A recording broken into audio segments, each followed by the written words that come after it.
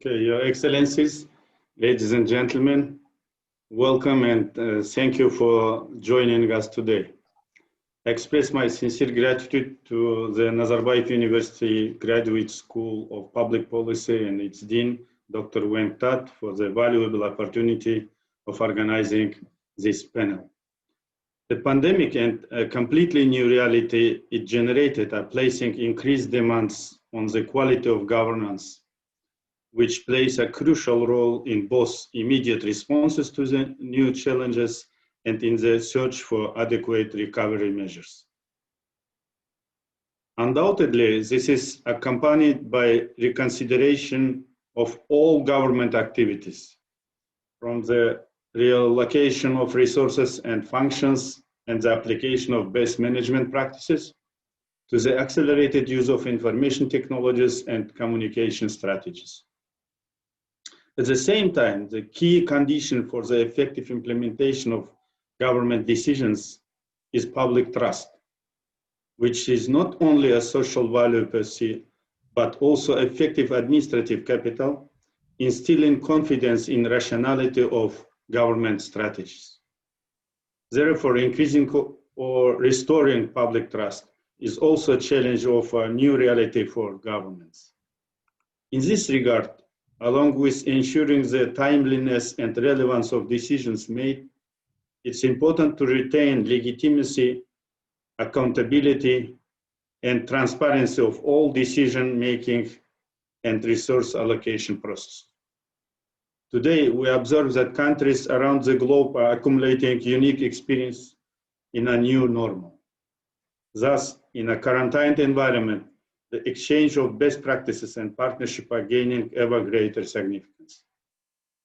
Bearing them in mind and in line with its mission, the Astana Hub has launched the Virtual Alliance of Practitioners for Experience Sharing in the context of COVID-19.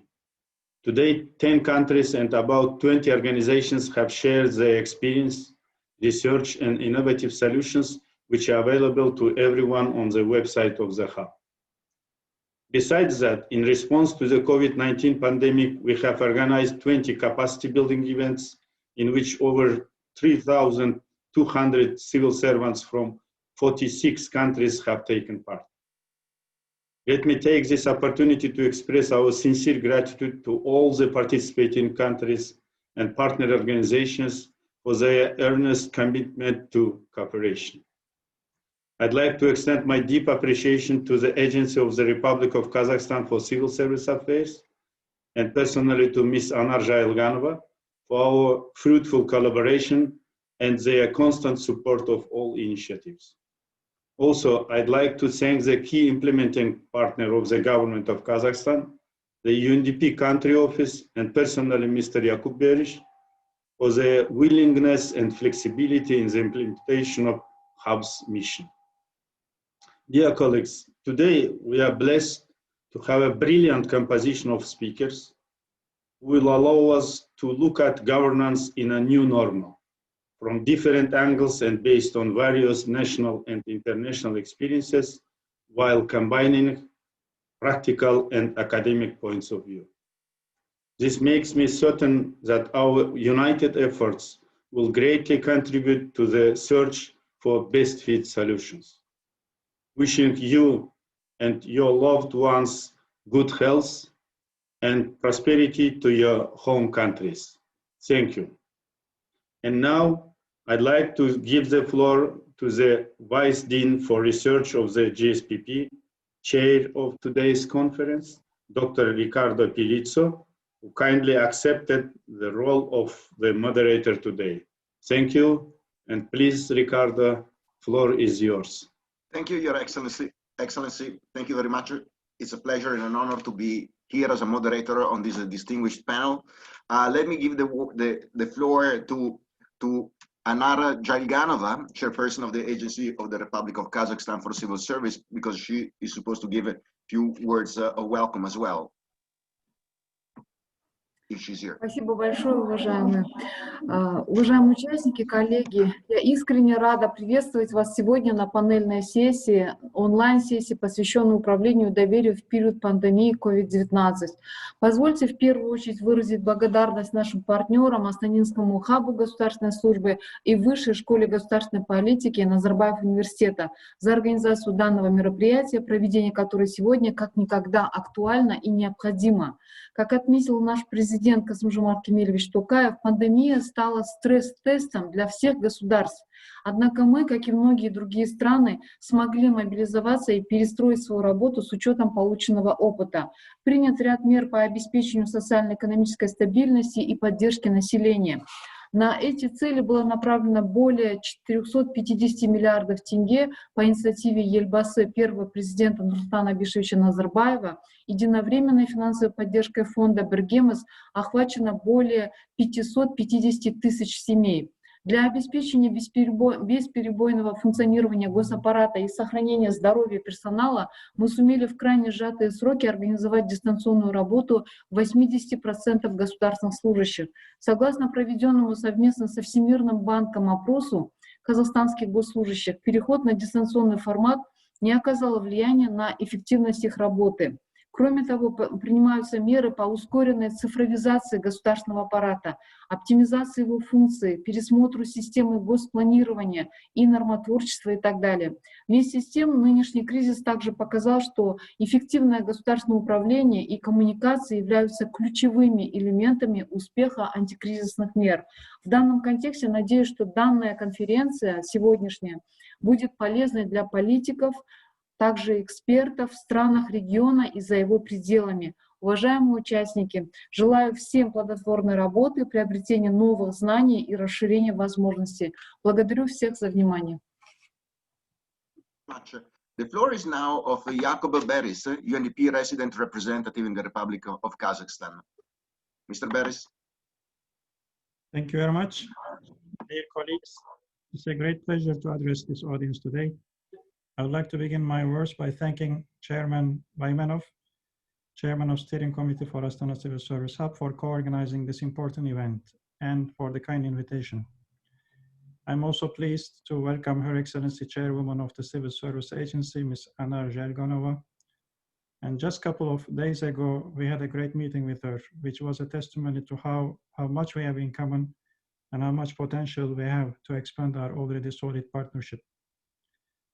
We are all going through tough times. The COVID-19 pandemic gave rise to an unprecedented healthcare crisis, which quickly translated into a large-scale socioeconomic crisis, endangering the effective implementation of the development agenda, both at the national and international levels.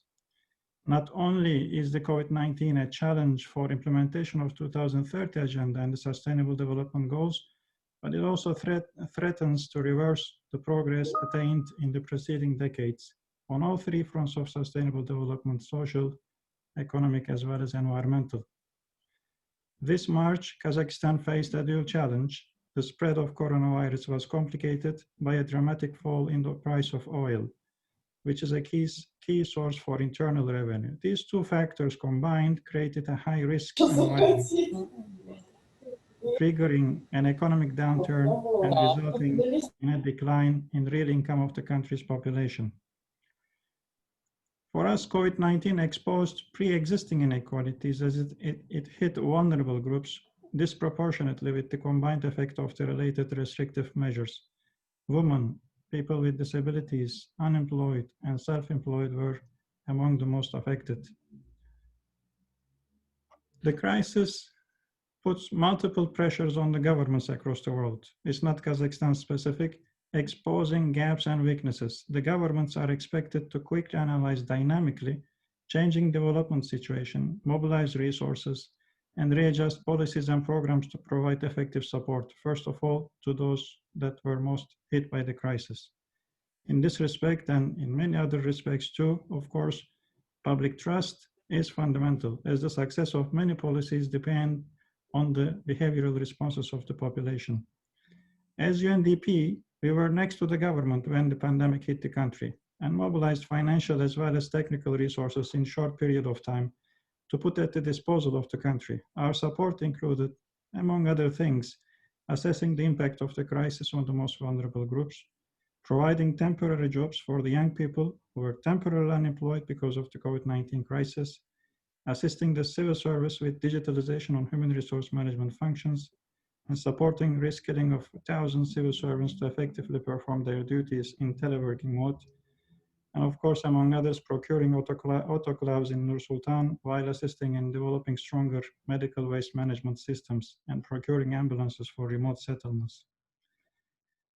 Dear colleagues, in the past months, understandably, the focus of the government was on the immediate crisis response and recovery, but it also is now the time to think about the mid and long-term challenges and development priorities, about how we can build back better and greener. This cannot be achieved without strong governance systems in place. Any such governance systems are tested by the complexity and uncertainty that a future-oriented development perspective brings. Navigating in those uncharted waters would only be possible by the compass guided by public trust, something that makes me appreciate the topic of this panel. And I wish you all have a great discussion. Thank you very much. Thank you very much, Mr. Barris, for your words. We are going to proceed now with the 8 presentations that are scheduled to take place in this panel. Before we do so, I have some instructions to provide. Those of you who want to ask questions can do so in the chat feature that is at the bottom of our screen. Please indicate your organization and the country where you're from, and of course, the question that you have. The list of the speaker is as indicated in the program. It is Catherine Cardava, Fadi Farah, Vitalis Nakrosis, Dr. Light, Christine Leitner, Karin Badr, Rupinder Singh, Paul Reynolds, and Muhammad Ali Kudaverdiev. So we will go in the order as scheduled, and each of the speakers has 10 minutes. We have 8 presentations that will take us to 3:30. 4:30, and they will give us 30 minutes for the question and answer. Thank you very much.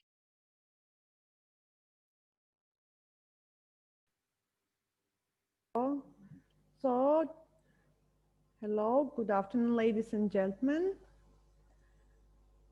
I will share my presentation.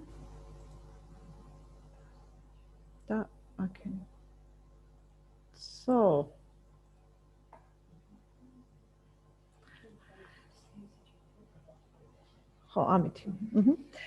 So, I am Katerina Cardava, Head of Civil Service Bureau of Georgia. It is my absolute pleasure to be a part of this very important meeting. I would like to take this chance and express my sincere appreciation to all of you who contributed to make this event happen. We all experience an unprecedented situation, and the novel challenges that we are facing are unique in the current climate at a global level, and effective public management that deserves public trust is more important even before. So,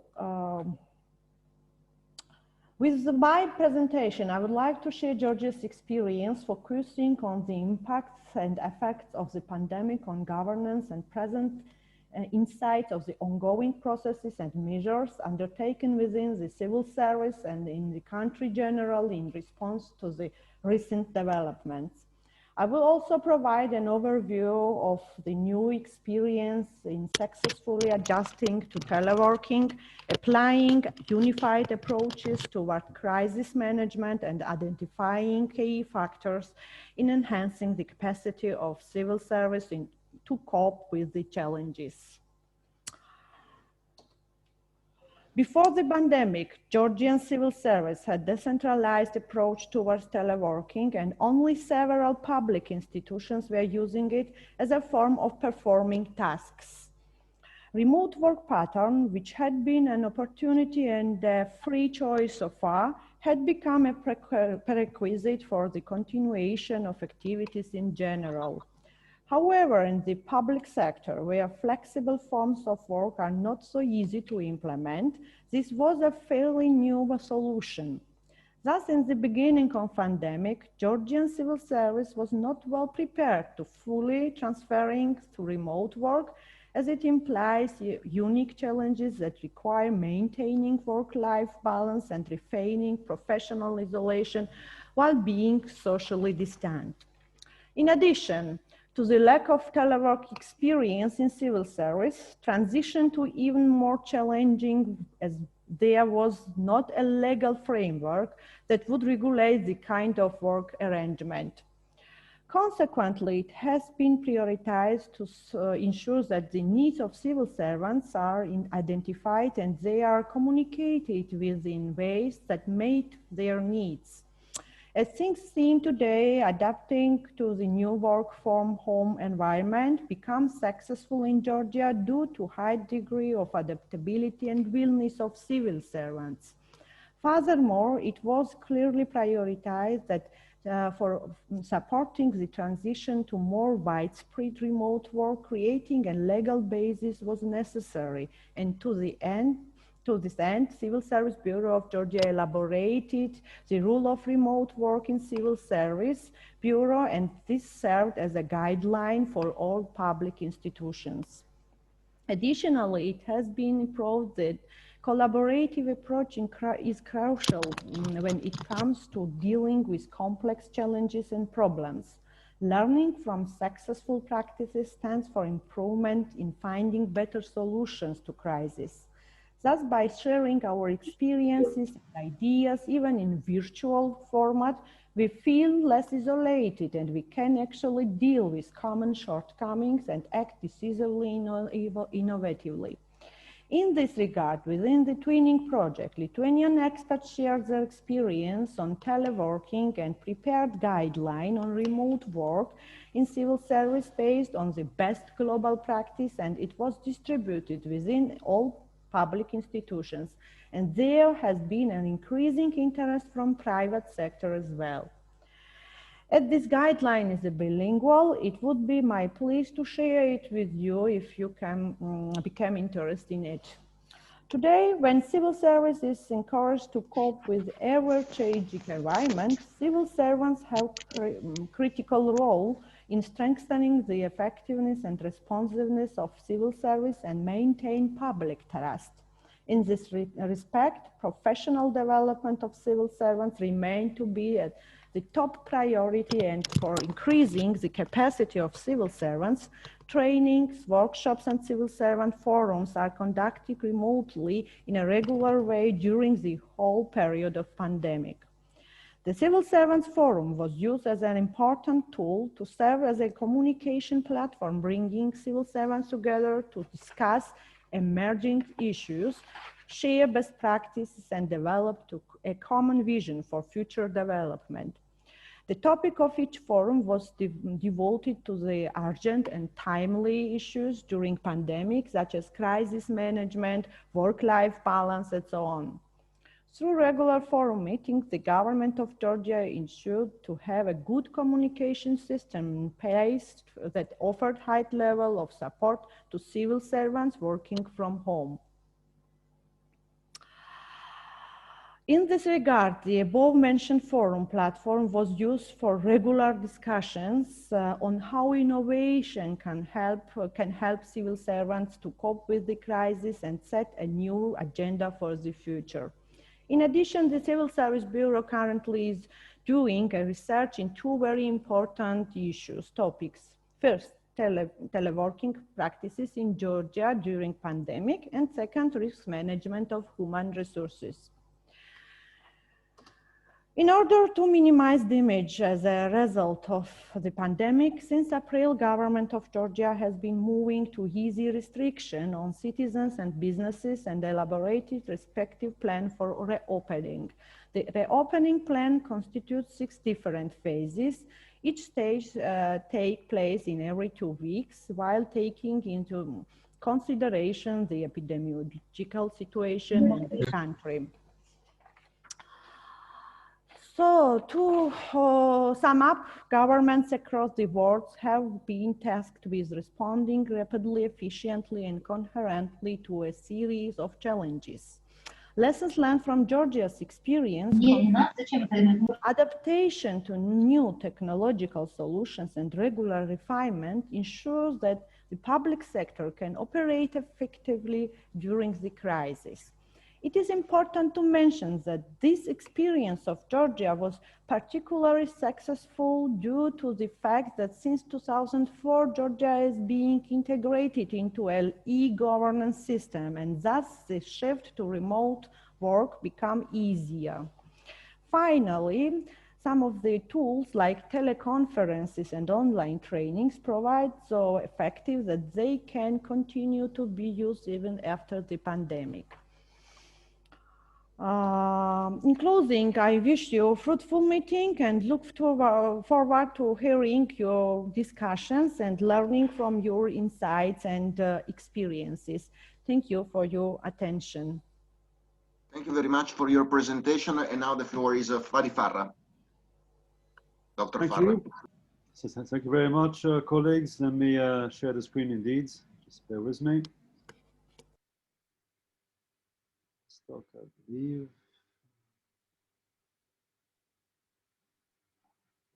Here.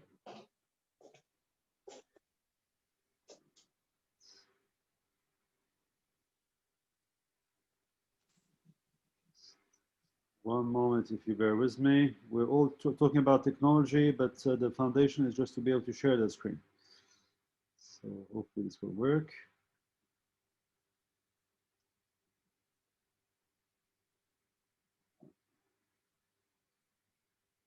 Well, seems on my end there's a small... I can do it for you. All right, thank you very much. I appreciate it. Very good. Thank you very much.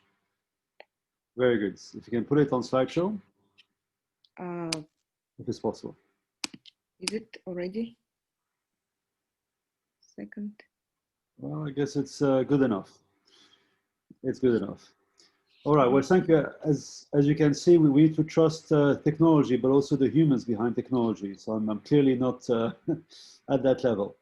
Colleagues, it's a pleasure to be with you today, and I want to take just a few moments with you to really step back a little bit and look at not just what happened over the past six to 9 months, but also what happened before COVID. And coming back to this fundamental question on why trust and why resilience is so important. And the way I approach the problem, if you want to read more about it, this was published in the Harvard Business Review about 4 or 5 days ago, what I'm just going to tell you about with my colleague Bassam Khouri. And it's really rethinking this question of, if we can just go back to the initial page, this question of trust and resilience. Trust. Trust here doesn't mean that we have to trust more. I'm afraid I'm going to disappoint you. It's actually to trust less. To rely less on the concept of trust. What does it mean? It means that, we always rely on corporate leaders and we tell them, you're empowered and we give you all the trust and you're going to make all the CEO decisions for us. We always rely on the policy makers, we rely on the head of family, or rely on any units that pretty much makes decisions. Well, what we noticed during COVID is that when we were talking about building this little mask here, if you can see them, well, there we go, this little thing here, well, there was no one. It was people to people. There was no government, no company, no charity, nothing. It was people online telling you how things are done in the initial stages. Remember when there was no gloves, no mask, no availability. The question is not if trust is good or not. Of course, trust is positive. But maybe the question is relying less on this concept of trust when it comes to those type of situations. The second question is resilience. Resilience means here the resistance to shocks. Now, the question is, when we talk resilience, it was always been a question of the timing of that resilience. Resistance to shocks within a month, within 2 months, within a year, within 5 years. Where now maybe we have to rethink the time horizon, looking at rethinking maybe not 5, maybe 10, maybe 30 years. Therefore, this resistance to shock should be not just short term, but longer term. And the question of trust should be maybe relying a bit less on it and maybe decentralizing a bit more. Therefore, it's maybe time to change the status quo, basically what we've been doing over the past number of years. Now, what does it mean concretely? What I'm about to tell you is not opinion, it's fact. So we'll share with you some of the research that has been made on this topic. So thanks again for sharing the screen. If you can go to the next page. Thank you. And if it's very good. So thanks again. Maybe you can zoom in or zoom out a little bit. Very good. Thank you. Thank you. So there are two axes here. One axis is the need for trust, and the need for decentralization. So let's say this is on one scale, how much trust, how much decentralization. On the other side, the need for resilience. Resilience is based on about 100 indicators. It's a research that was led by Whiteshell Partners under the guidance of Nobel Prize winner Christopher Pisaderes that we publish every year, which is called the Global Labor Resilience Index. And that's published in Davos every year. And this measures the resistance to shocks by country and even by region. The second axis is the need for centralization or decentralization. So we took this as a proxy of trust. And again, it's based on a number of indicators that have been assessed from the public research available. Now take those two axes and let's look at what it means concretely. You can go to the next page. There are four key buckets here. In the lower left, you have the supervised invisible hands. It means there's typically a low level of decentralization and a low level of resilience. Then you go into the connected realities. This is a rather high level of decentralization and a low level of resilience. Then you have what we call the managed economies. And here you are more into high level of resilience, but low levels of decentralization. And then what we're aiming for, which is the citizen-centric societies, meaning high level of decentralization and high level of resilience. What does it mean concretely? You can go to the next page. How do we get to this citizen-centric societies? You can go to the next page. Thanks again for helping to share. What you see here is the data. Now, this data is scattered over a number of countries. We took here a sample, and it's of course scattered over time. On the vertical axis, you'll see the resilience score. 100 means you're highly resilient, 0 that you have limited resilience. And decentralization is the same way. 100 is a high level of decentralization, and then a low level of decentralization. So let's look at the lower left corner, the supervised invisible hands. Those are countries like Turkey, Russia, or others, Mexico, Colombia. They typically have, strong intervention from the states and typically a level of resilience to shocks which is lower than others. It means that when you have a crisis that hits, well, you see the economy going down, the health going down, the job, the unemployment going up, and so on. And the level of centralization is typically quite high. If you can go to the next page. If you go to connected realities, now those are, again, countries which are more decentralized, like France, like Spain, where you have a high level of decentralization, like the United States. It's a federation, of course, with governance, but limited absorption of shocks. The resilience is actually quite limited. At least what we've seen short term. So here you have promotion of typically innovation, support of startup, typically strong investment into reskilling and training of citizens. So we see we're starting to go to this fundamental unit of analysis, which is people, which is us here around the table.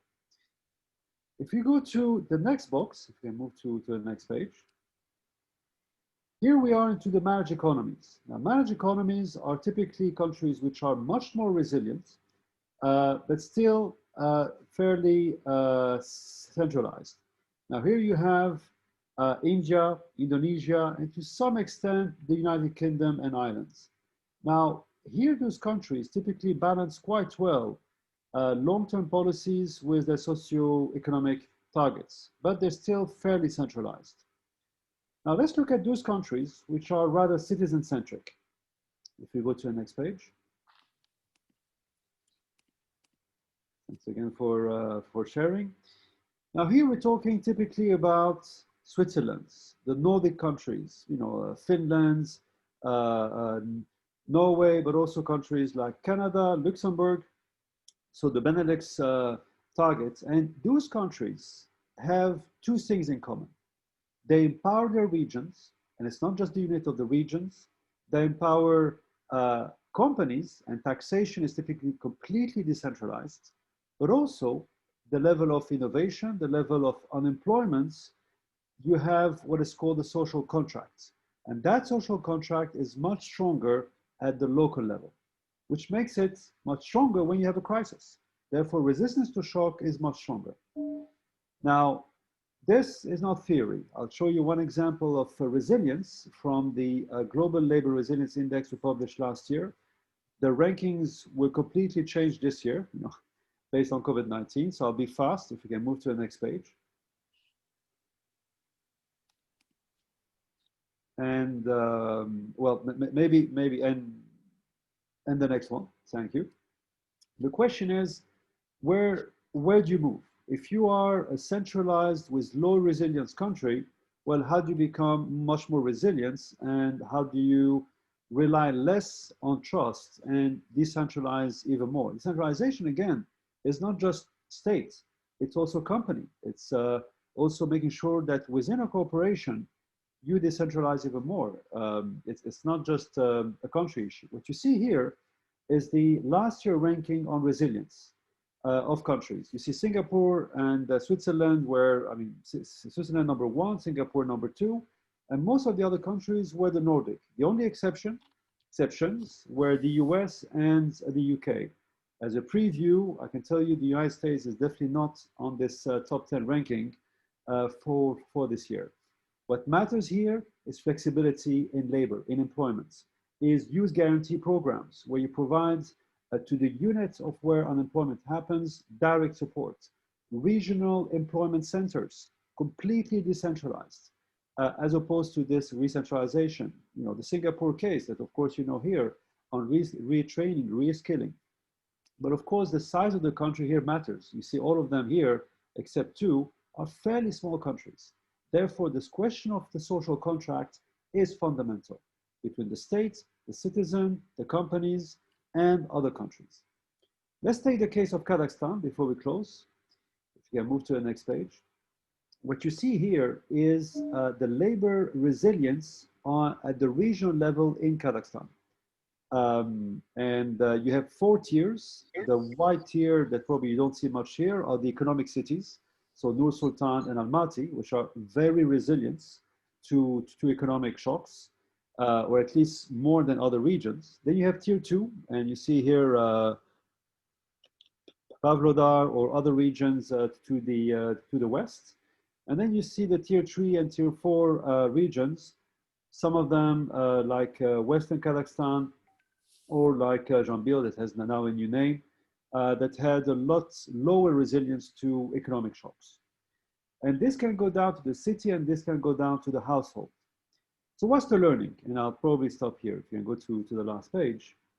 I think the learning is we should not be ignorant of the COVID-19 crisis. And there is a tendency, and we work with a lot of countries. Sorry, if you can go to the previous page, apologies, page 15. When we were working with many countries during the crisis, in the heat of the situation, we were not really relying on government or companies. We were relying on people at the airport telling us, do we stop the airline or not? We're relying on people in schools, teachers, headmasters saying, do we close schools or not? We're relying on people in hospitals. It's this network effect that allowed us to really advise effectively governments on, do we lock, do we don't lock, do we stop and go, and so on. The network idea is important. Therefore, the first learning is less governance centralization. The second learning is more supply chain redundancies. You've seen the supply chain challenges we had between countries. All countries locked down. Well, how do I get my order from Amazon? How do I get my order from eBay? And so on. You saw the delays that were happening along the way. More fluid integration of technology. So how important that this was. Revising the policy metrics, thinking whole of country and whole of government. not divisions of department, divisions of ministries, working very well between the city level and the center. Financing the future, there's this big issue that still happens where we're looking at financial markets with very short-term actions.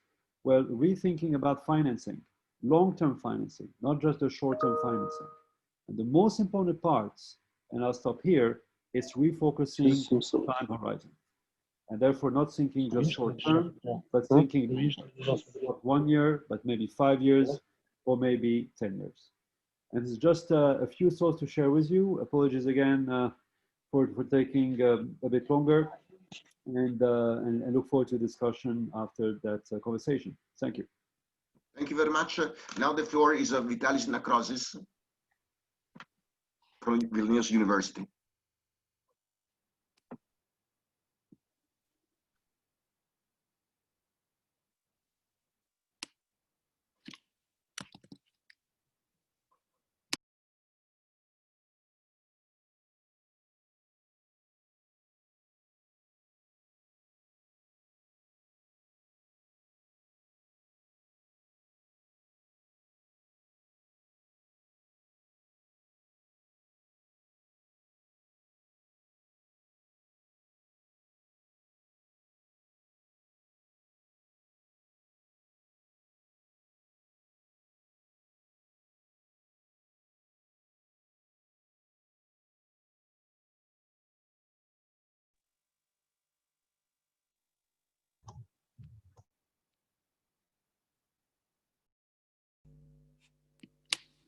Mr. Nakrosis, we cannot. Sorry. Okay, I'm going to cover 3 issues during my presentation, ranging from the challenges of the COVID-19 crisis to agility and adaptivity of public sector organizations. So starting from the nature of the COVID-19 crisis, the spread of a very contagious coronavirus first created a very complex and complicated public health crisis. Also, lockdowns introduced by different governments generated not only demand shocks and supply disruptions, but also brought frequent regulatory changes in national economies. Therefore, a multi-level and multi-sector response was necessary in order to cope with this crisis. Also, since the COVID-19 crisis is characterized as a burning and slow burning and creeping crisis, it produced an exhausting effect on decision makers, and this can be demonstrated by the level of stress had by the Lithuanian Minister of Finance, who was found smoking during the online meeting of the Lithuanian government while discussing financial and economic measures of coping with the crisis. Also, during the crisis, we observed at least 2 paradigm shifts. The first shift from containment to mitigation in terms of strategies for managing the coronavirus, because lockdowns are no longer favored. And another shift in the management of systemic threats, from preventing systemic threats to building resilience in public administration systems, because systemic threats are uncertain and hard to predict. That's why we need to build resilience into the systems. And that's why, from the academic point of view, the crisis was called as a game changer, but from the practitioner's point of view, this created the problem of a moving target, further complicating response efforts.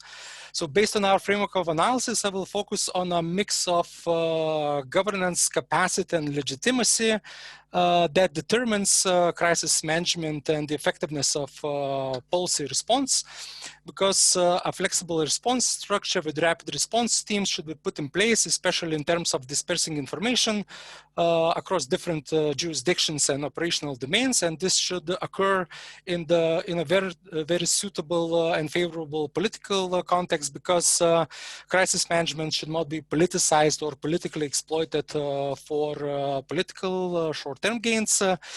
And in order to demonstrate the importance of these factors, I will briefly present the Lithuanian case, because Lithuania experienced a major U-turn from high to low response strategy.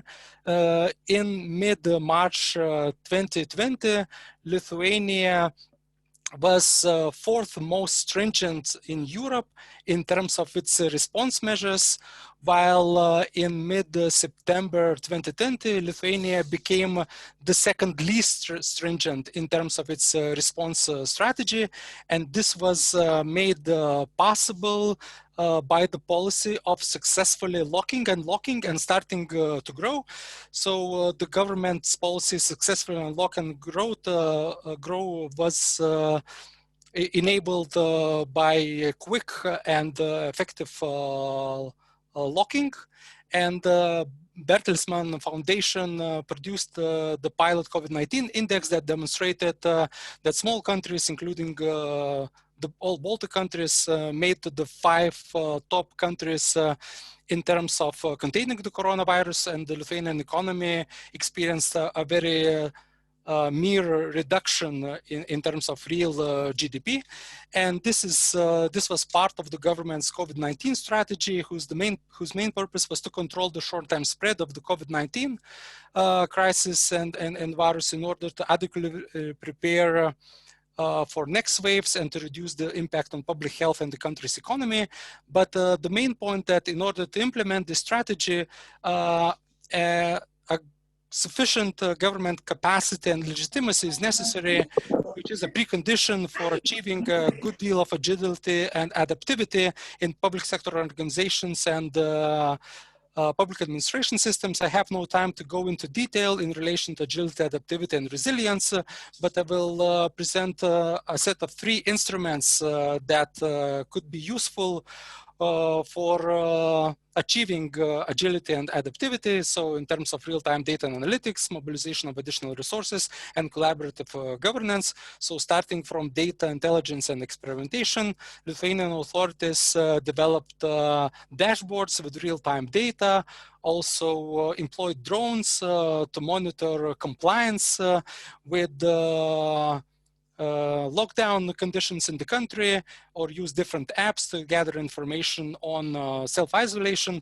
And these tools were used in order to constantly remix interventions based on the epidemiological situation and actual needs, and made it possible to constantly readjust the situation. But we didn't have these tools in advance before the start of the crisis, so we needed to develop them in order to enable this rapid response to the crisis. Another example is the mobilization of resources, both in society and governmental institutions.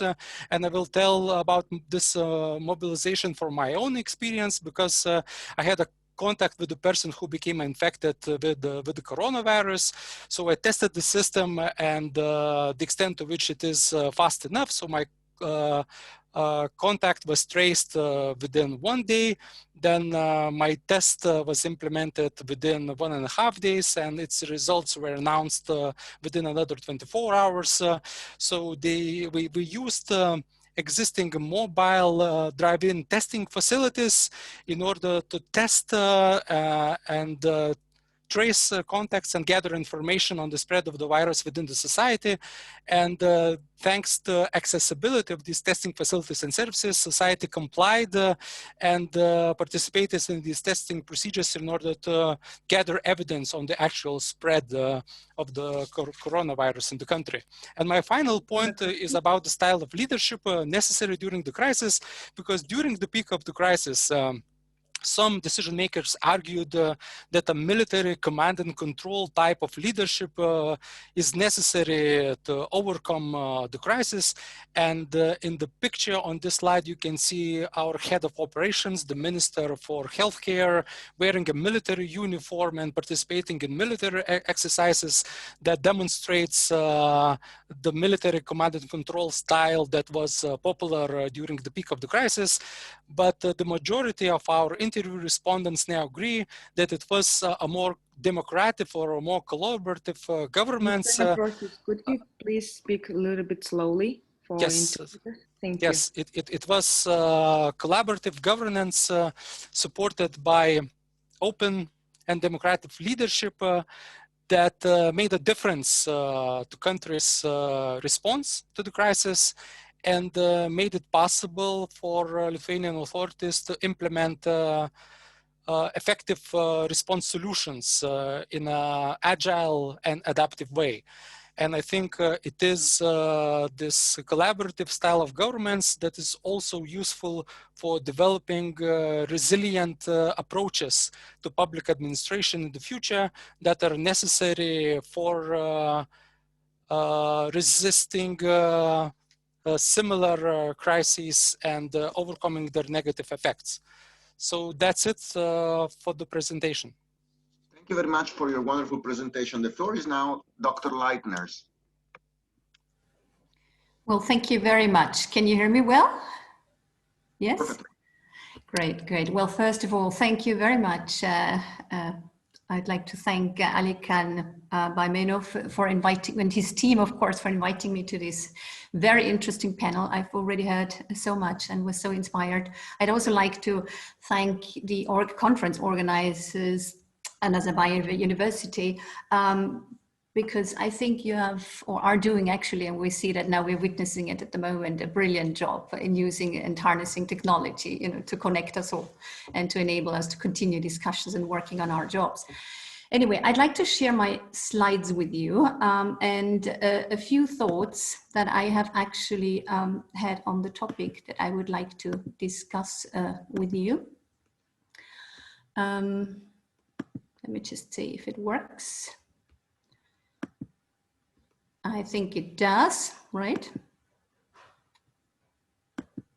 Yes.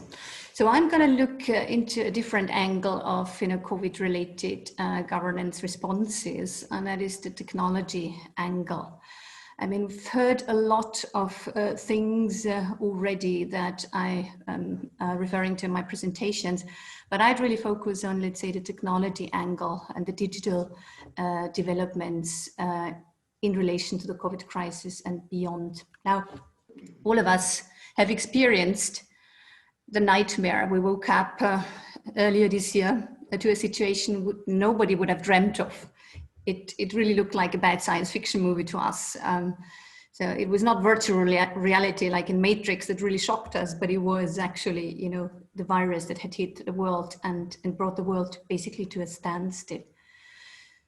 The main things that I've learned, that I see, is that people increasingly turn to government at this point in time in the crisis, and that required from government functioning institutions and functioning and effective governance mechanisms. At the same time, technology was the panacea, if you will, or was the resort to help us come through the crisis and to continue at least parts of the life that we have known.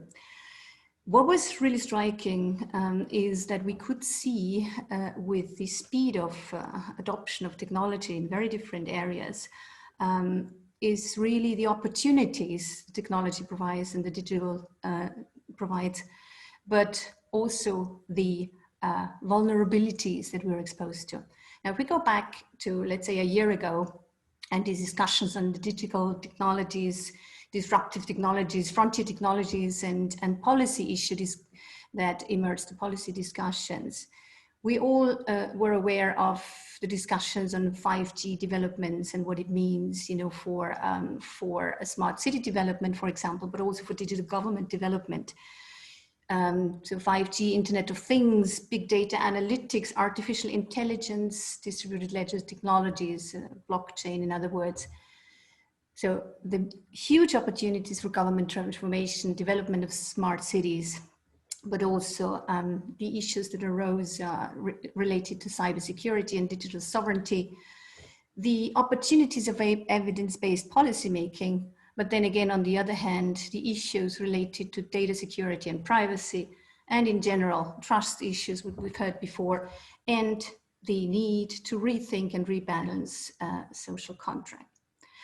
At the same time, there was this kind of more global trends that were raising issues about vulnerabilities that we're exposed to. And in part, technology reinforced these vulnerabilities. On the other hand, technology actually helped us, or was an opportunity to mitigate some of these trends that we saw coming. There are three trends that I basically have identified. One is the limits of growth that we've seen, and it's related particularly also to the visible strains on our planet's resources. The increasing protectionist behaviors of nation states and increasing inequalities in incomes and wealth. Limits to national sovereignty. We saw that in particular in relation to technology, tensions between the globally enabled interconnectedness with the danger we saw that national sovereignty would see its limits, it was in danger through the use of technology and the emergence of big players in the digital era. And another thing that has been mentioned is the declining trust in government. Even before the crisis, we saw that inequalities were growing and there was a loss of social cohesion in many regions of the world. Rise of populism, rejection of expert elites, and the government in general, the failure basically, or the difficulties that we saw that government has to regulate the digital sphere. Now, there comes the crisis, and we see these issues reinforced. And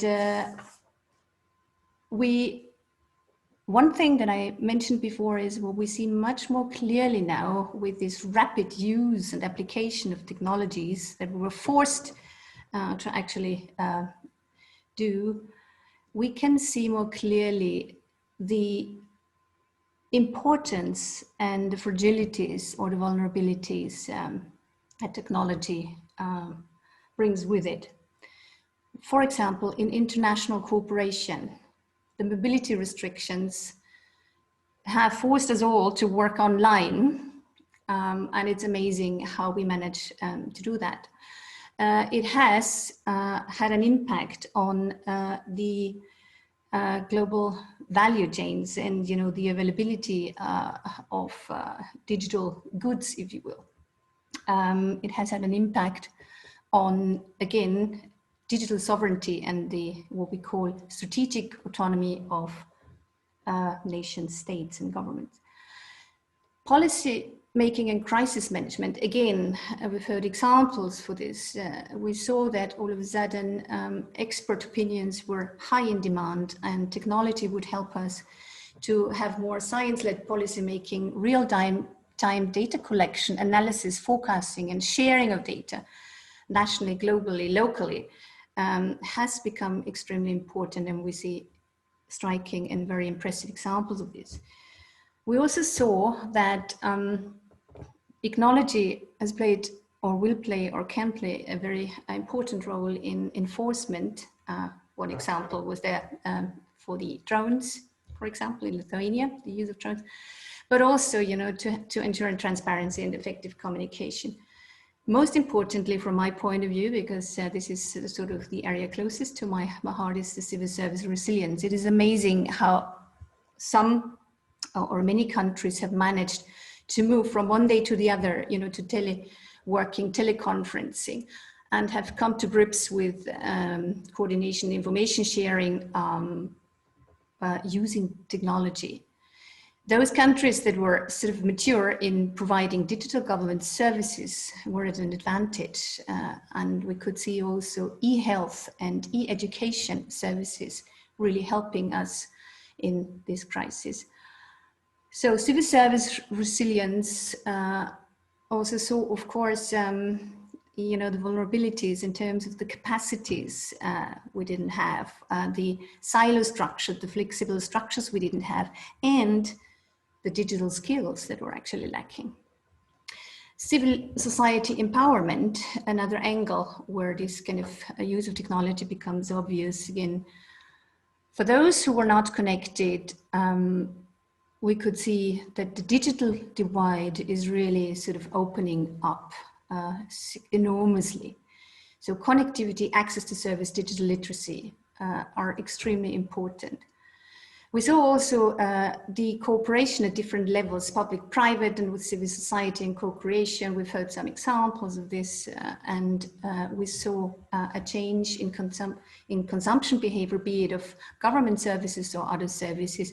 Again, here we saw the problem if you're not connected or if you cannot deal with the digital, that you are running the risk of being excluded.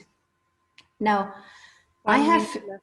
I've chosen 3 examples here of applications that that show the dilemma that policymakers are actually facing with the use of technology, like the tracing apps, the use of drones, contactless payments. They always require to have clear policy choices on what is the outcome, the objectives we try to achieve.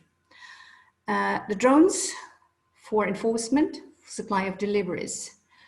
The contactless payment to accelerate commerce or help vulnerable groups.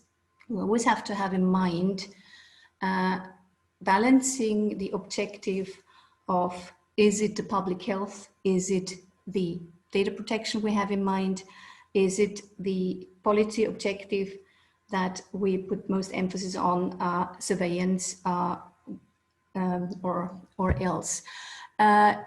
In a nutshell, learning from COVID-19 as a catalyst for transforming governance, my answer would be yes, but we need to recalibrate our digital policies, and we need to mainstream the digital in all policies. What is important is to focus on public sector capacity and resilience, to make sure that all the policies and actions we take are inclusive and sustainable. And we need to rethink, and that has been mentioned as well, about a renewed social contract to make clear what is the relationship between the government, the state, the public sector, the citizens. So it's up to us what we're going to do and how we're going to use the potential of technology to improve our governance mechanisms and systems. And I think it is very important that we keep in mind the Sustainable Development Goals and we try to commit ourselves to really accelerate the speed of implementation of Sustainable Development Goals. Thank you very much. Thank you very much for another wonderful presentation. And before I give the floor to Karin Badra, I have to make 2 small announcements. The first is that at the end of this first day of the conference at 5:30, we are all invited to come back to the Pine platform on which we are broadcasting the conference, so that you have a chance to see the wrap-up of day 1 and get a glimpse of what the program is for the second day of the conference that will take place tomorrow. That's the first announcement. The second one is that please try to stick, this is an announcement to the speakers, try to respect your 10-11 minutes time allotment, so that we can still have some time at the end of this session for an extensive Q&A with the participants that are submitting a great deal of interesting questions. And third, this is a request from the translators, try to speak not as fast as I do, because otherwise that creates problems for translators to do their job. Thank you very much. Dr. Badra, the floor is yours. Thank you very much, and hello everyone. In order for me to share my screen, the previous presenter would need to close her screen. Karin, Christine, please take, yeah, brilliant. Sorry for that. No problem, okay. Maybe a few minutes from my side. Can you? Yes, normally.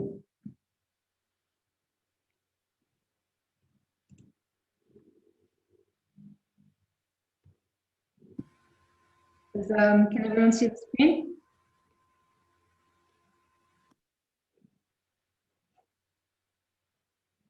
Great. Just very quickly to set the tone.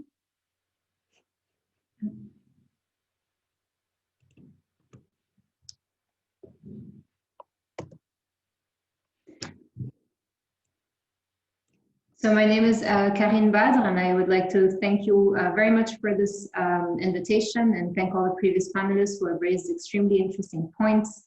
To set the tone, basically I work in the OECD's Open Government Unit, and we help countries across the world open up their governments and put citizens at the heart of policymaking. Now, for a very long time, we have seen that public communication was a missing variable of this work. Basically, the people in charge of public communication were meant to communicate mostly a political agenda and a one-way sort of communication style, and they were not necessarily engaging in strategic communication that can support open government principles such as transparency or participation, integrity, or accountability. And so that's why we have been working on a really interesting project that we will soon be launching, which is the OECD's first international report on public communication to be published next year, which really helps to bridge the evidence gap on this. We're basically looking at how communication contributes to transparency, engagement, participation, and also trying to reinforce the awareness and the use of communication for more strategic purposes. And this is why basically here I would like to share with you some key preliminary findings from this international report that we will soon be sharing, because they are very much relevant to the COVID-19 crisis. Just a note on the statistics and the analysis that you're seeing online. This is a preliminary version of the analysis, which covers around 60 survey responses from 45 countries, including OECD countries and non-OECD countries. And the surveys were basically targeting centers of government and ministries of health. So really people that were very much in the front line of responding to the COVID-19 crisis. Now we've all seen how COVID has heralded huge disruption to the daily lives of citizens, businesses, and governments. Governments have had to react in unprecedented ways, and especially because the crisis has necessitated novel responses and very quick breakneck speed responses from the governments. The crisis has re-emphasized the role of the state. We've all seen that clearly. But how ready were communicators to fight this pandemic? And we've seen that they really were at the front line of nudging or instructing large segments of the population, to comply with measures, whether it was regarding hand washing or wearing masks or lockdowns, etc.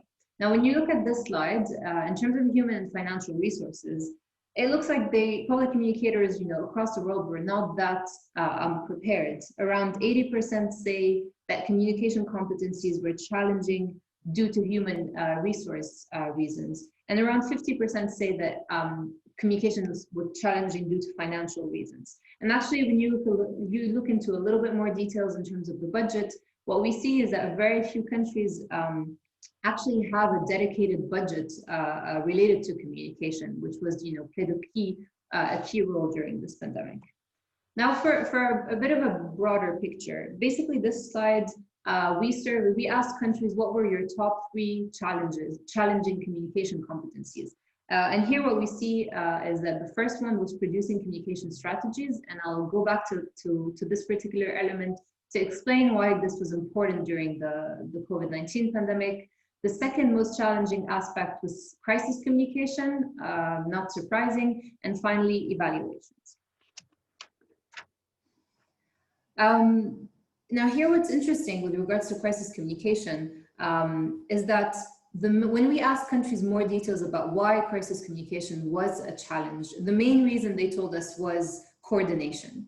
So we've seen in many countries that coordinating the response from a communication perspective was led by the center of government. Basically, this is the body that provides support to the highest level of the executive. The tone was set from the top in a number of countries. For example, in France, the president and the prime minister were communicating live across a variety of platforms. Only yesterday, France's Emmanuel Macron was also speaking during a live interview with 2 journalists. In Canada, the prime minister delivered updates in person on a nearly daily basis. This was also the case in Colombia, for example, and many of you might have seen the New Zealand Prime Minister using social media. I mean, in addition to formal high-level press briefings, she also engaged in informal Facebook Live discussions and chats. So these are issues that help set the narrative, that help ensure coherence of messaging, but we've seen that coordination still remained a challenge in terms of the communication side. And our report is looking to analyze a little bit more why that was the case. Were the coordination mechanisms for crisis communication outdated or too burdensome? Were they too much influenced by, for example, political actors or external actors? Or also, for example, were they defined on paper but harder to implement in practice? Another interesting area that we've seen with regards to communication is that countries were not necessarily used to partnering with external stakeholders. So this is sort of what you can see on the right-hand side of the slide, including social media influencers. I mean, we've seen how this proved immensely helpful in order to reach the specific segments of the population. So an example of this was Finland, who targeted youth on social media by working with the government, worked with social media influencers to share the message, especially with youth being a segment of the population that is harder to reach through traditional media outlets like TV or radio or press, for example.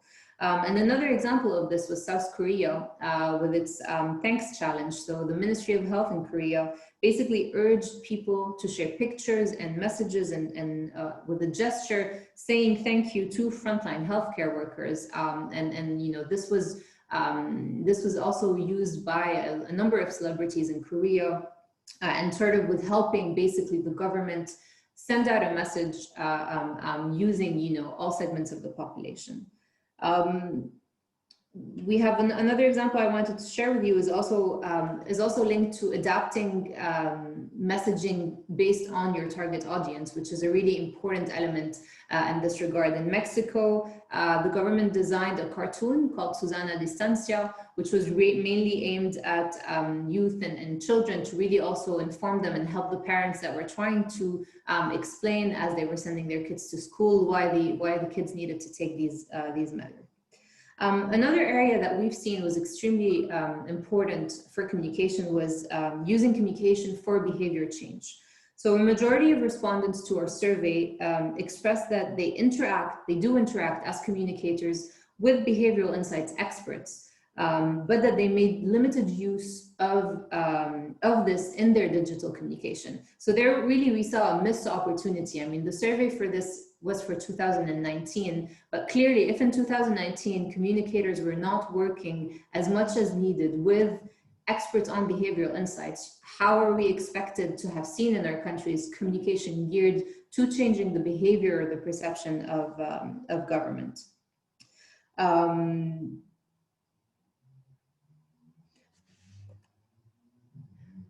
This is also a slide to show really this missed opportunity. When you look at how countries evaluate their public communication strategies and initiatives, what we see is, so on the top right-hand side of the slide, is basically that less than 10% around 50%, sorry, of countries actually measure behavior change when they go forward with their communication initiatives. So this is not something that countries are actually doing with regards to their communication strategies.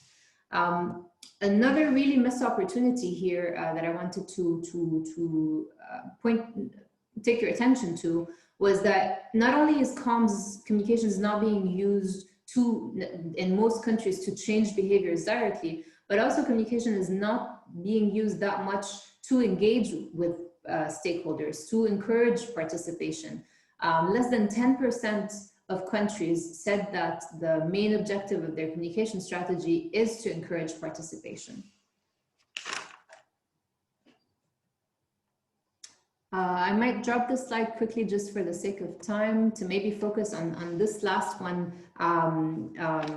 that might be of interest for participants, especially because we've talked about trust from a number of angles with the previous speakers. At the OECD, we have identified 4 drivers of trust, of citizen trust in government. And we have tried to look at how has communication contributed to each of these drivers of trust.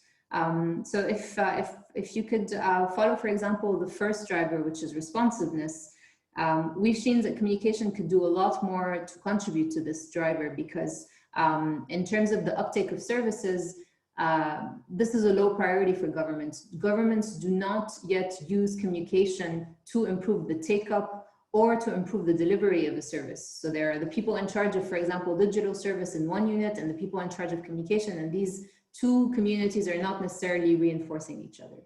On integrity of communication, which is an extremely important element that we have seen, and also with regards to many ethical considerations that have been raised with regards to using communication as a strategic lever of government during the pandemic, less than 50% have tailored guidelines for communicators. So if you are someone in charge of the social media page of the Ministry of Health somewhere in the world, odds are, more likely than not, you have no idea about necessarily what to do in a given circumstance. Is this an ethical way of responding or not? What do you do when you receive hate speech or a message that you think is controversial? So while there are some mechanisms to ensure ethics, most of these are the general codes of ethics for the public administration. But what we're seeing is communicators are facing issues with regards to what they can actually do, with regards to dilemmas they might face in their communication, namely through social media platform. On openness and fairness, there's a positive observation. Not everything is bleak. Transparency is a key objective of communication strategies and initiatives. So basically, we are seeing more and more countries proactively disclose information, put up more information. We've seen immense open data sets that were extremely useful with regards to engaging the population in analyzing the number of cases, etc., things like that. So this is extremely important. But openness and fairness is also about engaging different stakeholders in the decision making. And here, we've seen that communication for participation, as I've shown you in the previous slide, this was not an objective.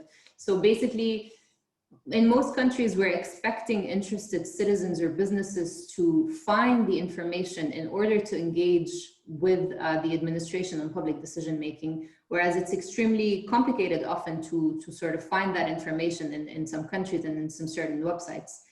And then the final driver is on reliability. So this is basically the ability of governments to minimize uncertainty. And here, several elements with regards to communication could be improved. You have 1 minute. Yes, I will wrap up. So these include communication strategies, improving crisis communication, but also strengthening the responses to disinformation.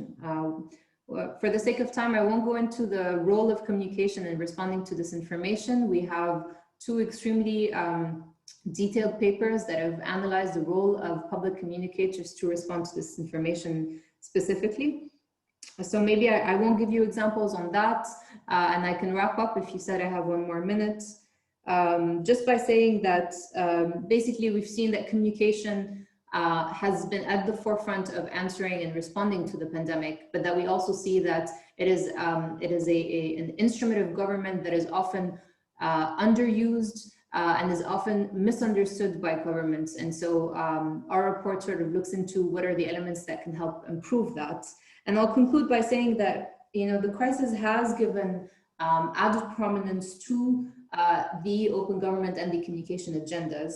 So the urge here is really for governments to use this momentum to make progress on the priorities of the public communication agenda and the open government agenda. And here it's particularly important to help rebuild economies and societies in the medium term, but also to help improve resilience and strengthen trust in the more longer term. Thank you very much. And thank you very much. Thank you very much for your presentation. The floor is goes to Dr. Singh.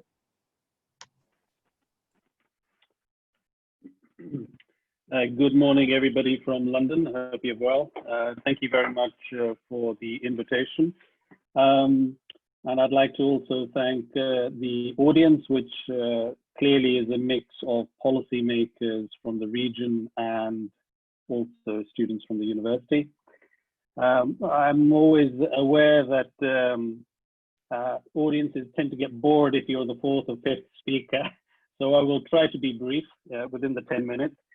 Let me try and synthesize what other colleagues, speakers have said, just to give a flavor of what I'm about to speak. Can you confirm you can see my slides? No, I don't see your slides. Bear with.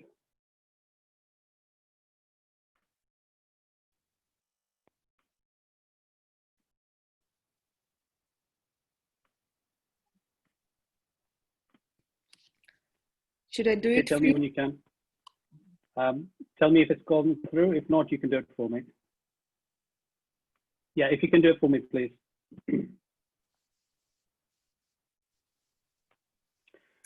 So while our colleagues from Kazakhstan are putting the presentation up, let me say that what I'm about to present is more a helicopter vision in terms of the economics of it.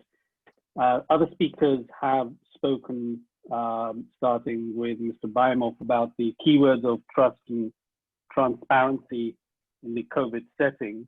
Mr. Barris from the UNDP, I think, hits the key macro buttons in terms of the implications for COVID on healthcare, development, and inequality, which some other speakers spoke about.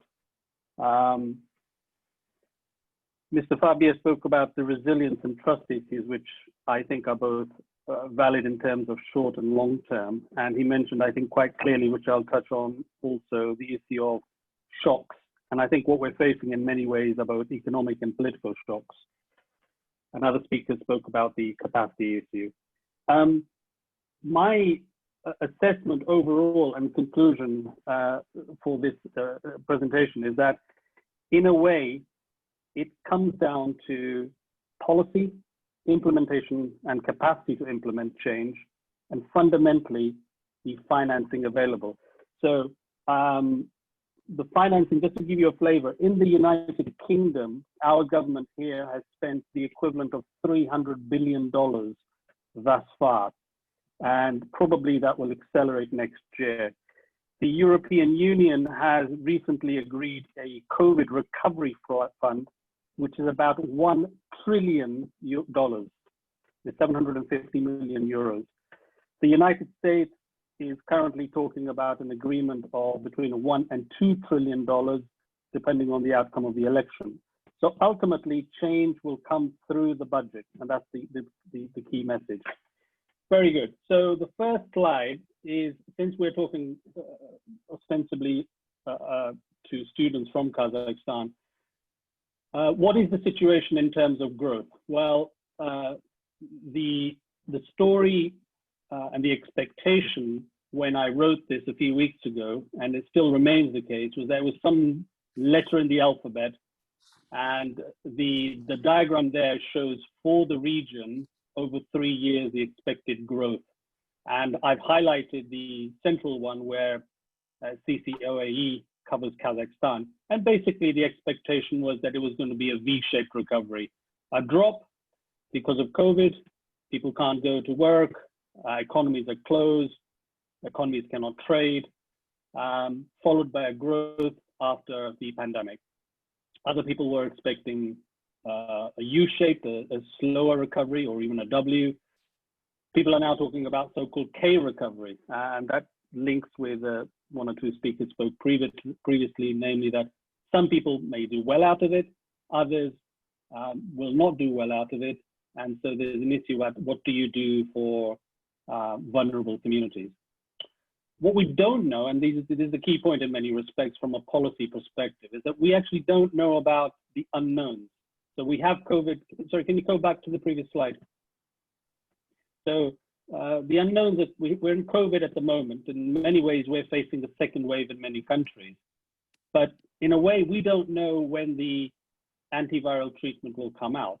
Will there be a third wave? Will there be COVID-20?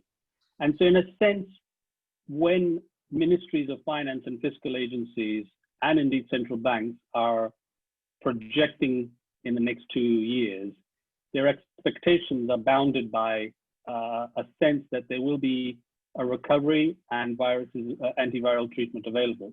But it could well be that we're facing a situation into 2 or maybe 3 years. So that's something to consider. Longer term issues have been mentioned by people, but I'll briefly mention one point, and that is that the zoonotic diseases is becoming now more prevalent. In other words, the ability of viruses to jump species. And we've seen in recent years, COVID, SARS, Ebola. So there is now clearly a fundamental risk that countries, which are obviously very interconnected now, will face further and new pandemics. And so in a way, countries are beginning to think about risk registers and how to, in a way, prepare for that. If we can go to the next slide, please.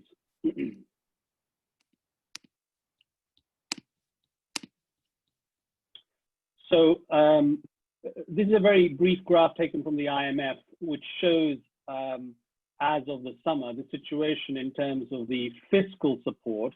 In other words, the amount of money that ministries of finance can provide. Of course, ministries of finance are constrained because they have to raise revenue either through taxes or borrowing, and then they spend. And we refer to that as economists as fiscal space or policy space.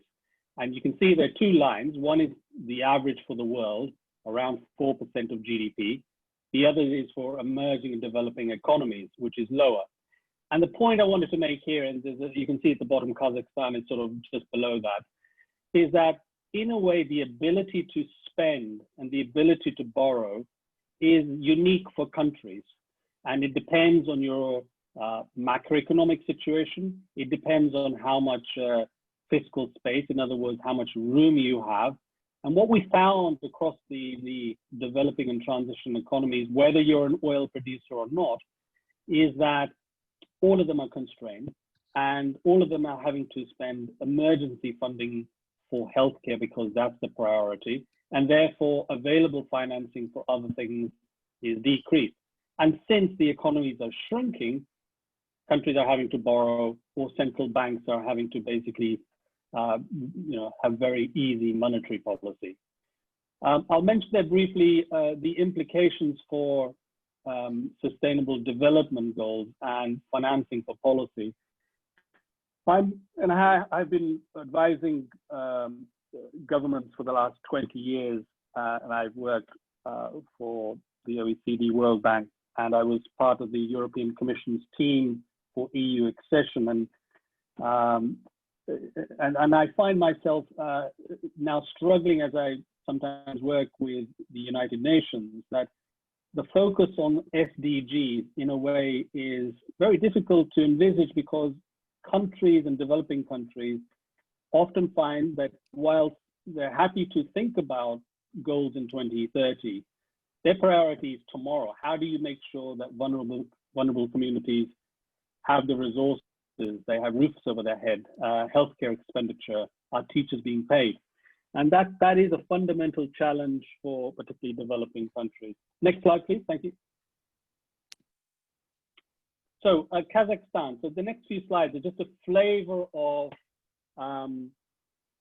the way international metrics for governance assess globally the country. So if I'm an investor, it will be more or less the same thing, whether I'm looking at indices from Fitch or Standard & Poor. If I'm a foreign direct investor, the same thing. This is taken from the World Governance Indicators from the World Bank, which some of you will know is capturing 80 underlying sets of survey data. And this is internationally used. And you can see there the colors. I hope you can see it. So green is good, red is bad, pink is sort of in the middle. And you can see Kazakhstan is more or less in the middle in terms of voice and accountability. Next slide, please. And we're going to go through a couple of these just to give you a picture. Again, in terms of government effectiveness, Kazakhstan is somewhere in the middle, which is comparable to the region. Next slide, please. Control of corruption. Actually, Kazakhstan is not so good relative to the region. So that's something to obviously to pick up on. Next slide, please. So coming to the sort of summary of the presentation, what is the new normal? I will give you 5 points that occur to me, and those of us in policy are thinking about. One is that probably for the first time since possibly World War II, we see a synchronized economic slowdown globally. What do I mean by that? Well, in the last 30, 40 years, every country goes through an economic cycle, and that economists refer to as a business cycle. But what often happens is that when a number of countries are going through a slowdown, there'll be other countries that are going in an upturn. They're actually growing, or vice versa. Because of the pandemic, for the first time, pretty much every country in the world is facing a synchronized slowdown. What we also see, point two, and some of the speakers have already spoken about this, is that there are structural changes within the economies which have been accelerated. So if I speak from the perspective of London, central London is sometimes like a ghost town at the moment because most workers, be it for investment banks or other companies, and indeed the public sector, are largely people come in. There is an increased risk of, point three, pandemics, global warming. These are risks which remain there. And I think in a way now we have this sort of mix with the pandemic coming through. The other thing that I think strikes one is that what we see, and some of the people sort of hinted at, is that what we see now is a genuine paradigm shift in terms of public finances and public policy, in that probably for the first time since Thatcherism and Reaganism, we are beginning to see an increased role of the state, both in terms of the expenditure, but also possibly nationalization of industries. And indeed, central banks, I mean, 30 years ago, 25 years ago, in the post-Soviet environment, we were advising as economists and policy advisors for central banks not to finance the budget, but that's basically what we're doing now everywhere. So the final point I will make is many experts are speaking about public administrative reform, and really it comes down to the money. You can implement policy change and capacity changes only through the budget. Thank you very much. Last couple of slides, if I have a minute, I can just highlight. Thank you. You're over time. I'm sorry. It's the turn of Paul Reynolds. Super. Thank you very much.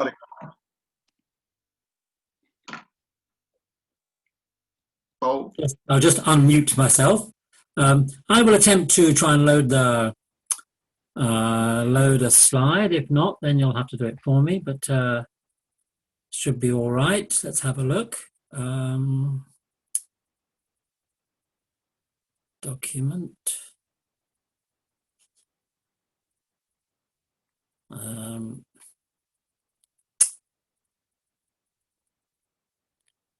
Difficult to find. It might be quicker if you could, I've only got 2 slides, so it's very easy. Are you able to, yes. So if you go to the first slide, I'll just say thank you very much for inviting me. And it's very nice to be amongst friends here. And my thanks to the Astana Civil Service Hub and to Nazarbayev University, Graduate School of Public Policy and the UNDP, and also to the OECD, indeed, which has been doing some excellent work. And of course, I must thank His Excellency President Tokayev and Prime Minister Askar Mamin for their support for the government reform programs. So if you just put up, I'll just put up the next page of the slide and I'll go into their content. Kazakhstan itself has been engaged for quite some time, and now, thanks to His Excellency the President and Prime Minister, at an accelerated pace, to move away from the command and control government system, which was prevalent during the Soviet era. And the modernizations have been very substantial indeed and much lauded around the world. So in particular, the civil service reform, and even bringing in people who are not even Kazakh nationals into the civil service, and the decentralization reforms have been very important. Although the decentralization reforms have been, I think, slower than the government would have liked. It's partially because the oil revenues do rather create a situation where it's a case of he who pays the piper calls the tune. But nevertheless, the government is persisting with those reforms, and there's been some benefit from that during the COVID-19 crisis. But one of the themes of this conference, in this part of the conference, is that for the government to be effective in dealing with crises, it is necessary for there to be a sincere relationship with the public, or at least as sincere as one can reasonably expect, and that is absolutely right. But the COVID-19 problem has cast a spotlight onto a number of problems which have affected Kazakhstan in a particular way because of the history and structure of government. And I think what one sometimes finds with the increasing complexity in government is that people at the center, and even to an extent people in the regions, when they pull a lever and expect something to happen, the response on the ground is not always as good as one would hope and expect. And perhaps it's because something which I want to elaborate upon, just looking at this slide here, is that the interactions that people have with government on a day-to-day basis are always more numerous than the recipients of government communications. And so the day-to-day reality of people's interface with government always dominates. And when things go wrong at the interface, this has an effect on sincerity and an effect on what happens when you pull a lever at the center. So, we have not only the COVID-19 crisis, but for Kazakhstan and its economy, where the oil revenues are not as great as they perhaps might have been planned to be, quite reasonably. Nobody expected the COVID-19 crisis. But the key problem I want to just highlight is the problem in developing that sincerity and understanding those interactions with government is the role of the structure of government in this. Because if you're in a government ministry with a specific range of functions and hopefully a well-defined relationship between central and sub-central government, the world looks relatively simple because you have your tasks and functions and you have your performance criteria which the government, which His Excellency President Tokayev brought in. So you have these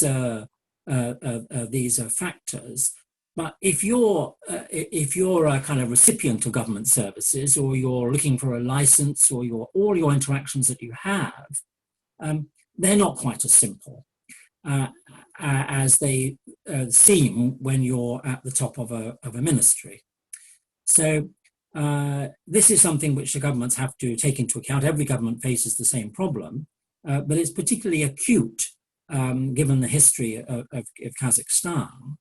And the simplicity in the ministries and the complexity if you're just a member of the public is difficult to define.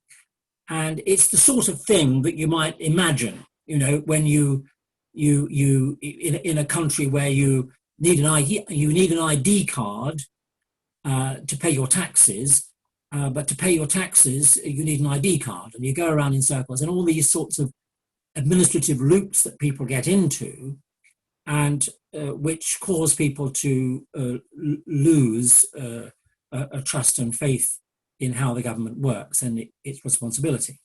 But I will just say some simple things about remedies, and we can discuss this later in the Q&A. But it means that I think government needs to look again at how the emphasis it puts on the achievement of objectives as opposed to traditional definitions of what individual ministries do. I think in the Chinese government, they have the commissions, and all governments have some kind of pan-governmental organizations focused on end results, but they're not always really engaged across government and not always engaged directly with the experiences of the general public. So I think the Chinese commissions have played a big role in Chinese economic success because, as well as the traditional ministries, they cover objectives that span the whole of government. I think clarity in decentralization is very important. It is difficult to get clarity in the relative responsibilities of central and subnational government, especially when you have a top-down system of oil revenue distribution. And all countries that have high oil revenues face that same problem. In Nigeria, they have a particular way of doing it, for example. And there's another issue, which is a remedy, if you like, is to make sure that when it comes to government communications with the public, that the cart doesn't come before the horse. That the media and communication strategy doesn't run the policy. That the strategy and the policy comes first. And then you might say the strategy is what to say. You might say, and then the communications is how to say it. But these difficulties can be addressed, and it's important to recognise that these are universal difficulties. And if the government wants to achieve greater value for money, or as the Americans say, bigger bang for your buck, in government, then a range of reforms looking at focused on the experiences of the public is an important thing to take into account. So thank you very much. I'll finish there. Thank you very much for your speech. Now is the turn of Dr. Kudaverdiev. Hello, everybody. Honorable panelists, distinguished participants, ladies and gentlemen. Good days from Azerbaijan, from Baku. It's my pleasure honor to address the audience today on this important topic of the governance and trust in the new reality. Taking this opportunity, I would like to express my sincere gratitude to the organizers for initiating an event on such a noteworthy topic and creating a platform for us to mutually share our vision and experiences regarding this issue. I also make just a presentation. So 1 second, I'm going to share it. So, can you see it? Yes. Yes, great. 1 second. Yes. Yes, it has already been the several months that the world lives in and grapples with this new reality, the pandemic. Being a terrifying experience to our globe, COVID-19 has also proved that thesis that governments have to be flexible and agile in their policies in order to fit into force major changes and adjust to the unforeseen new circumstances. On this account, Azerbaijani government has been illustrated as a success story from the start of the pandemic. Azerbaijan's response to the pandemic has not only been too agile, but also significantly multidirectional and diverse as well. Actions have been taken on all the important sectors without focusing exclusively on one field, while neglecting another. Before going into the details, it should be highlighted that during this period, the most important matter of concern has been and continues to be health and well-being of the citizens. To elaborate, medical and socio-economic sectors have been considered with equal importance while primary measures against COVID-19 were prepared. Task force under the Cabinet of Ministers of the Republic of Azerbaijan and a special coronavirus response fund have been established by the government as essential institutional steps in the fight against COVID-19. In the medical field, more than 20 hospitals have been upgraded and equipped, and several other new modular hospitals have been opened for the treatment of COVID-19 patients. Along with that, the work of more than 20 labs has been dedicated to conducting COVID-19 tests across Azerbaijan. Azerbaijani government has allocated more than $2 billion for mitigating the hazardous effects on the socio-economic sector in this field. To that end, business enterprises that suffered from the pandemic have been provided with financial support, and also the significant amount of salaries of the people working in the private sector has been paid directly by the government. Furthermore, financial assistance to the unemployed people has been also included into the support package. As I have already mentioned, the measures by Azerbaijani government against COVID-19 are not limited with medical and socioeconomic sectors. Special focus has been put on the public administration as well. Specifically, rendering public services during this harsh period has been at the center of attention, and several necessary steps have been taken to that end. As the distinguished audience is already aware of, public service in Azerbaijan are rendered through Astana service centers run by the State Agency for Public Service and Social Innovations under the President of the Republic of Azerbaijan. And even during the quarantine period, the centers ensured unhindered access to public services. It should be also noted that the directions of the State Agency are not limited to rendering the public services, but also extended to innovations, digital solutions, and social projects. Let me shortly inform you about the functions of the Astana Service Center. Astana, the meaning of Astana is easy in Azerbaijani language, and was established on the initiative of the President of Azerbaijan back in 2012 as an integral part of the reforms in the sphere of public administration. Over 300 services are rendered in 20 Astana service centers and through the mobile services. And we have, meantime, we have a couple of the private services within the framework of the public-private partnership. Up until today, the services have been rendered to the citizens based on around 40 million applications. I should also mention that in 2019, Astana Service mobile application was launched. Through Astana Khidmat Astana Service app, users can register themselves and can create a personal account. They can apply for the desired services and they get list of the necessary documents for the requested service and to take a queue. The mobile application became especially handy during the pandemic period. This year has clearly illustrated the reality that coming up is timely smart solutions and innovative decisions in the essence of the 21st century public administration.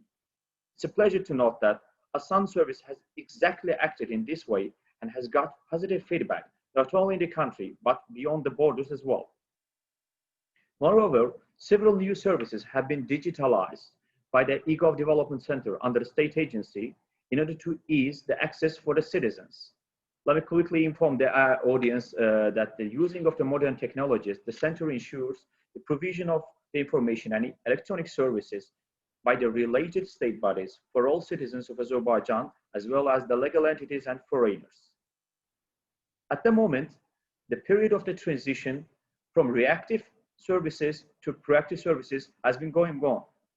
Taking into consideration this substantial change, a new electronic portal, My Government, like MyGov, was introduced to the public.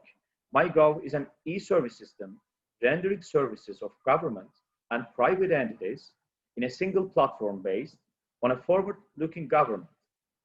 By the use of this portal, the citizens will get acquainted with their personal data provided by the government agencies, access to e-services, and be able to verify the accuracy of their personal data to transfer right information to other entities for regulating this process.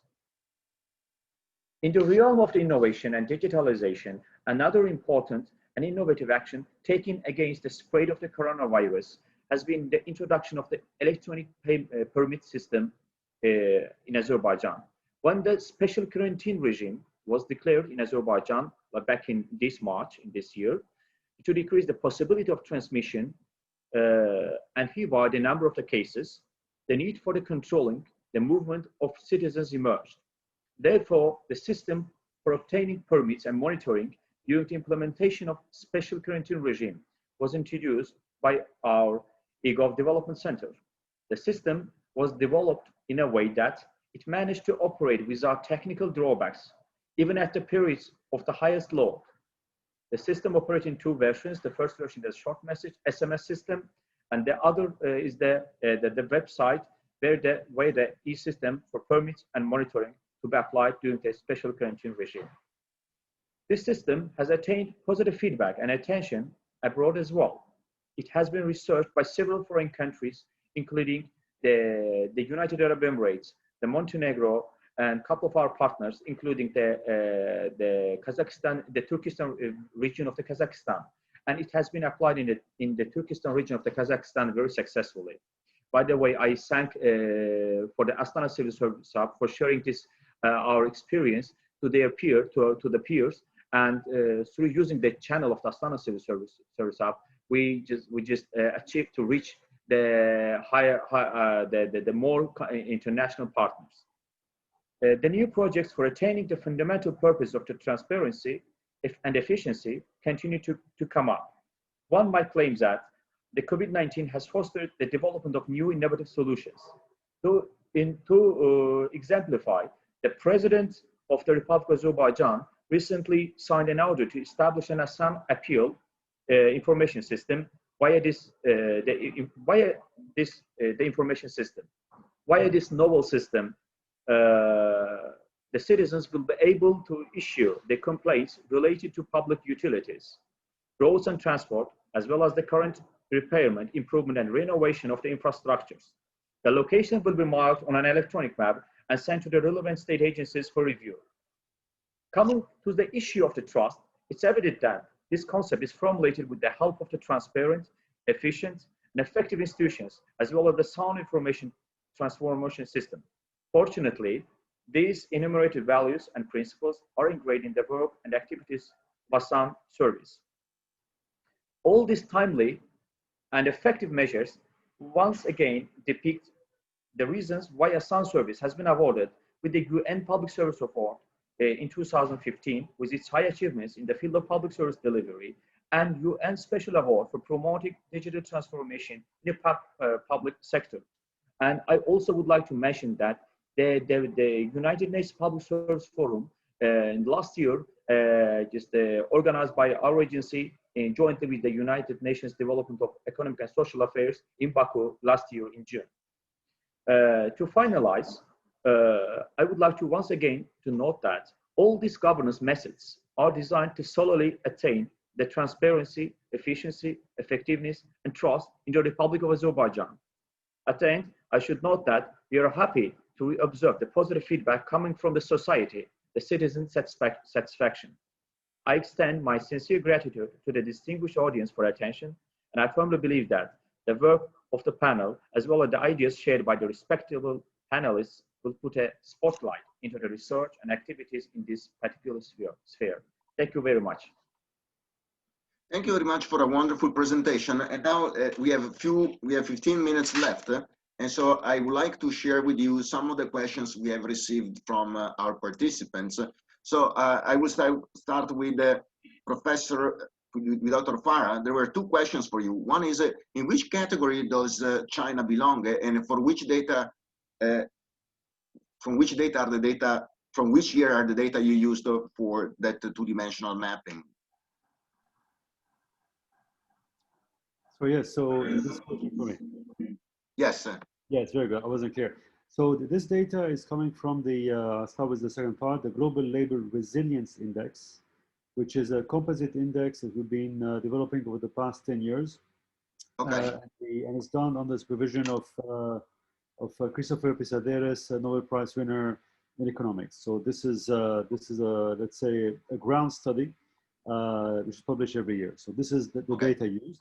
China is in effect in the supervised angle. So that means it's not the invisible hands; it's rather the managed economies. So a bit more stronger, I would say, in terms of push. Thank you very much. We have a question for Dr. Leitner. Which countries are currently working on the Smart City program? Well, I think there's plenty of countries working on it. I'm more familiar with the smart city initiatives within the European Union, where there's also coordination but I know that this is a global trend, and I think there are leaders in different, indices, but I think it's an issue where we find plenty of examples if there is specific request from the person who has asked the question on what kind of lessons they want to learn, in which particular context they want to get in touch with. For example, City of Vienna has been ranked quite high, but it depends very much on the framework conditions. So very happy to provide context and information there. Second question always for you is, as we know, developing countries have limited financial resources. What recommendations can you make for developing countries in increasing public sector capacity in these circumstances? This is very, very good question. First of all, I think within the country, it is very important to focus on the priorities and what is really needed, to develop your own strategy and not sort of adopt an approach of one size fits all from other countries. There's plenty of solutions around that are even available for free. Like, for example, in the case of Estonia, they were offering their e-education platforms to any country who wanted to use it during the crisis. Of course, this needs, the connectivity and the infrastructure they've been talking about. But here, this is also a call for international organizations and the richer countries. Do not stop, the aid at the moment, but build the digital into this capacity building into your development strategies. And I think there is awareness about that on a global scale. But we'll see how the financial constraints will impact on that. Thank you very much. We have a question for Professor Nakrosis. The question is, what are the factors that help or hinder collaborative governance during implementation? Thanks for your question. I think that motivation and capacities to engage in collaborative relations are the two key factors that affect collaborative governance during implementation. The phenomenon of rallying around the flag mobilizes governmental or non-governmental actors for action, and they are ready more than ever during the crisis situation to engage in problem solving with the government institutions. But appropriate structures and tools should be put in place by governmental institutions in order to engage with the different types of actors, like networks managing crises should extend beyond hierarchies to include the thematic and territorial groups. And of course, as I mentioned during my presentation, political leaders should exercise open and democratic style of leadership to enable the participation of different actors while coping with the negative effects of the crisis. Thank you very much. I have one more question for Dr. Farra, and the question is, what difficulties might get in the way on the path from citizen empowerment path to citizen-centric societies in the region? Well, I think there are two main challenges. The first one is the social contract. I know it's a very loose concept, but in effect, this has a real impact, especially when we talk about the large conglomerates within the entire region. But the second part is also the very concrete connecting the dot between policies. There are too many divisions between ministries, departments, and so on. Not enough whole of country, whole of government approach to the region. And this is probably a question that I could ask to all of you. And one of our participants wonders to what extent the low level of citizens' compliance with government regulations in the early stages of the COVID crisis was due to the fact that citizens in the country and in the region have little trust in the government, or less so than in Western countries. Well, I guess that should be the region answering.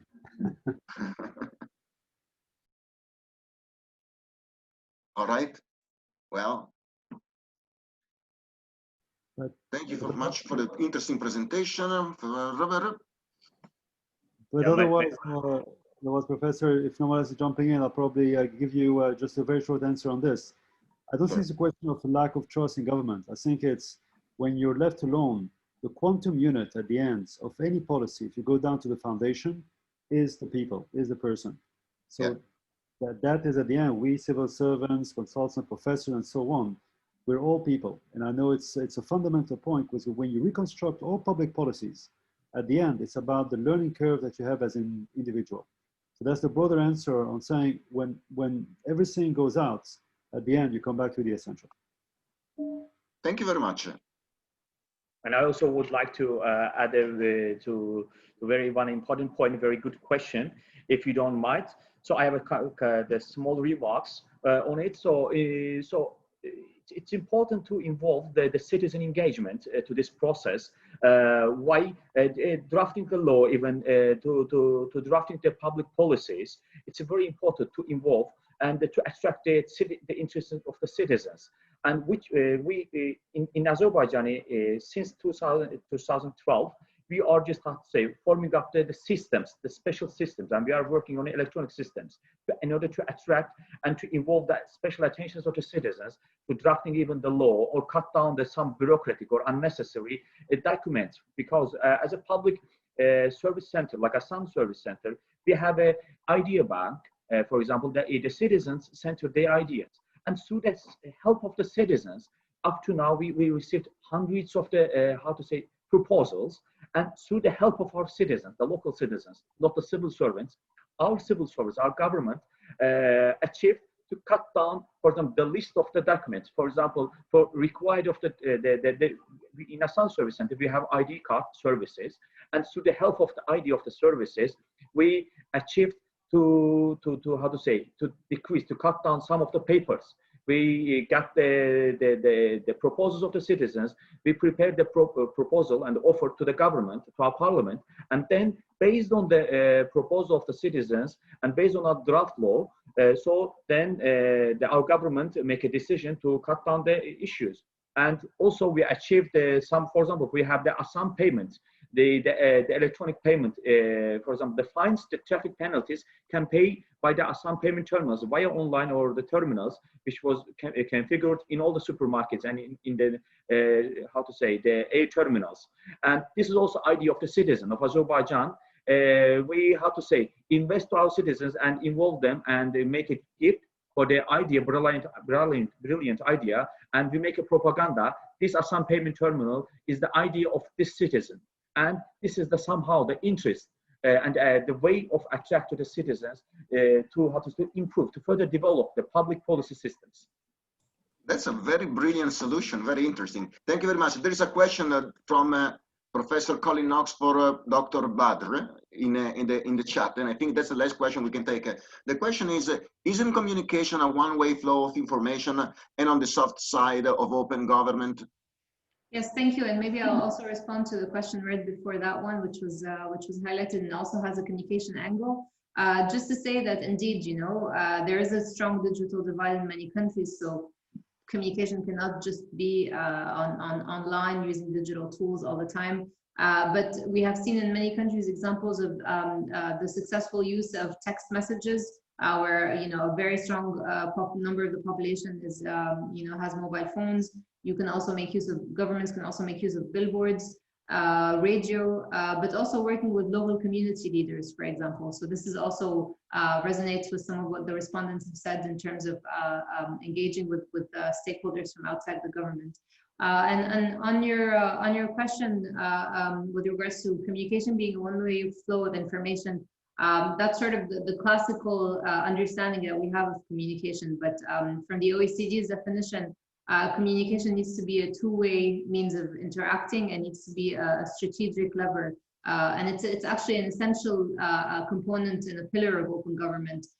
In the OECD recommendation of the Council on Open Government, where we define what open government is, public communication is actually linked to 3 or 4 of the 10 provisions that exist in that legal instrument. So it's really an essential element of it. You cannot engage citizens, you cannot strengthen transparency only through one-way communication. It has to be used as a means to engage with participants, to give them the information that they need to be able to participate in public life, to be able to be more informed and empowered. If it's only putting information out there, we're not achieving the open government objectives that we have for ourselves. Thank you.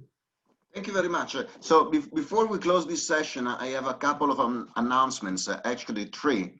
First of all, I was invited to share our gratitude to all the participants and to all the speakers for making a very, very interesting panel. We opened the day today with a speech of Professor Vinod Thomas, former Senior Vice President of the World Bank. He said, crisis is always an opportunity. One thing that we need to do is to focus on priority areas from education to health and so forth and so on. But key issue is we need to have public sector reform. This panel was brilliant because it provided a lot of food of thought on how public sector reforms can be made to make our governments work better, rebuild the citizen trust in government institution, how decentralization can feature into that. So I think this was a very, very interesting, and we as organizers are most grateful to the Astana Civil Service Hub for putting this panel together. We have been working for 4 years now in organizing this conference, and they always manage to come up with fantastic panels. So thanks to the Hub, thanks to you all. That's the first point. The second point, and I'm under very strict instruction here, I need to remind you that 5:30, go back to